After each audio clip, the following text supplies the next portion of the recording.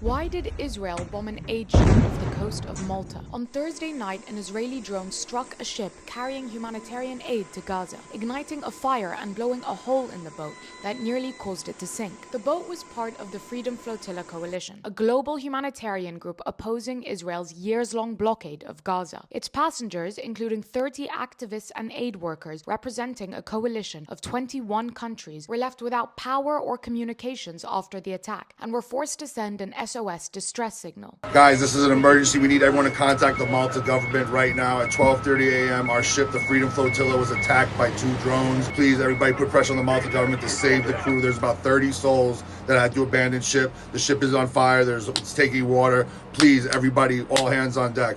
We are talking about an attack with drones in international waters in Europe. We need you to help us. We need you to contact the Maltese government and your authorities or any country, anything you can do. Just please raise your voices because we need to save our crew. The ship was then rescued off the coast of Malta and all those on board survived. But they were shocked, with one saying, "We didn't even think this would happen. It's the craziest thing in the world. Who would send drones to bomb a ship anchoring off Malta?" But it's not the first time Israel has bombed an aid ship trying to help Palestinians under blockade. In 2010, the Gaza Freedom Flotilla, a small fleet of aid vessels from countries around the world, planned to sail to Gaza to break Israel's blockade of the Strip. Instead, Israeli forces raided and attacked the fleet using helicopters, killing 9 activists and causing global outcry. Now, this aid is more crucial than ever, as Gaza faces a severe humanitarian crisis due to Israel's 2-month-long blockade of all aid into the Strip. The ongoing siege has plunged 91% of Gaza's population into a food crisis, with the number of children receiving treatment for acute malnutrition rising by 80% in the past month. Last week, the UN said its food stocks in Gaza had run out, warning the siege could kill more children than airstrikes, as 23 have died from malnutrition and dehydration in recent weeks. At the same time, Israel's destruction of Gaza's water systems and removal of fuel and electricity has cut off 90% of the population from clean drinking water, forcing them to drink seawater instead. As Gaza nears famine yet again, the UN is urging Israel to end cruel and collective punishment. We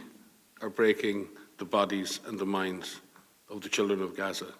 We are starving the children of Gaza. But Israel is not listening. Israel has refused to comment on the recent attack, even while they are on trial at the International Court of Justice over their blockade of Gaza and attempts to ban UNRWA, the main UN agency for Palestinian refugees. Instead, just like Israel's execution of 15 paramedics in March, the attack suggests that Israel is willing to strike anyone, whether hospitals, medics, or aid vessels, trying to support the survival of Palestinians in Gaza.